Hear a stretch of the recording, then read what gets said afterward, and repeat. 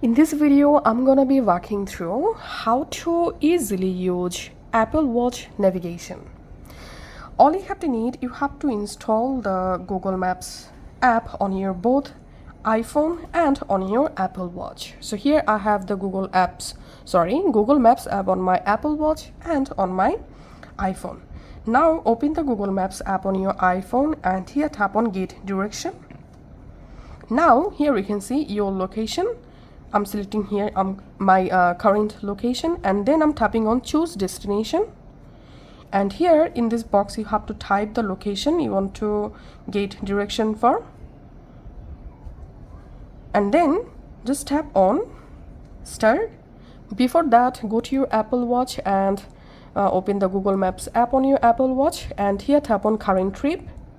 Now go to your iPhone and just tap on Start, and then on your Apple Watch here you will find Trip. Just tap on your current trip and here you will be easily get directed for the specific destination, just like this. Now you can just follow these directions to go to your destination.